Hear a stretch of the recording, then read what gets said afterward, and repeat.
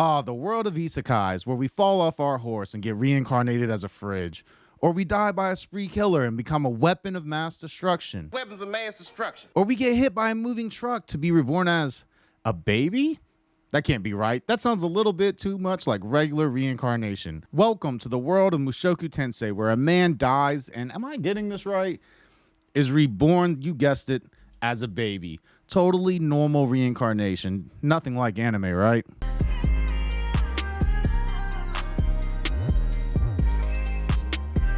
In the past few years, isekais have flooded the market, and with their growing popularity, I thought I was quite sick of them. But after just 6 episodes of Mushoku Tensei, I could never be more wrong. And right away, I saw the anime looked gorgeous, so I had to see what studio did this, and it was Studio Bind. And they had no previous animes before Mushoku Tensei, which I thought was quite odd. And after a bit of research, the CEO stated that this studio was created for Mushoku Tensei, which I found very interesting. From the beginning of the anime, we see that it is visually beautiful. We get awesome scenery of towns, villages, countrysides, and castles. Not to mention, the characters are absolutely stunning. And I do mean stunning, you guys. Now let's get into the main character. The man, my boy, Rudy, who has died and been reborn a baby.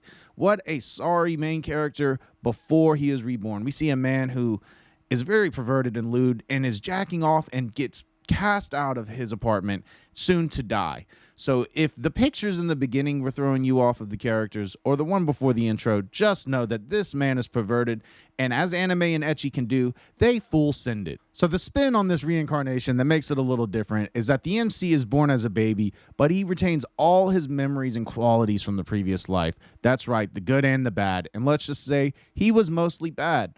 But he finds himself cast into a land of magic, swords, demons, elves, and much more. It's an RPG player's wet dream. So if you enjoy RPGs, I think you're going to like this anime. So early on, Rudy is a baby and he's learning about the world. And we as the viewers are learning with him. And mostly this never felt boring somehow. It was very interesting and it led me on to being curious and wanting to learn more about the world myself. Even though in the beginning some might be turned away because there isn't action, do not worry guys, because when the action hits, it delivers. Fight scenes feel smooth, natural, and choreographed well. We even get a bloody death scene in the first 6 episodes, which was badass, and I feel we have only tasted yet a crumb of the action to come, and I cannot wait for more. We get introduced to characters right away, and we see Rudy, his horny dad who impregnated the maid, his horny wife who's always having sex with him, and the horny maid who had sex with the dad. We're getting introduced to a lot of characters, and finally we get Rudy's magical mentor who's going to teach him magic. And you thought that this person wouldn't be horny. Wrong again. Wrong again. She starts to teach Rudy magic, and we start to learn about the ranking system, which has some cool names: Saint Magic, Kingly Magic, Divine Magic. And we also learn about swords from his dad who impregnated the maid. But he hasn't taught Rudy much yet, so we don't know that much about swords. But Rudy does end up learning some badass Saint Magic. I'm liking where it's going with the magic and swordsmanship. And as far as Rudy's dad who impregnated the maid, the only defense I will give him is at least he is there trying to teach his son. Not like a lot of other fathers and MC characters who just appear to be nowhere or make their son go on a lifelong journey to find out who they really are. Rudy is advancing in age and learning a bunch of different things. He's even overcoming some of his previous traumas from his last life.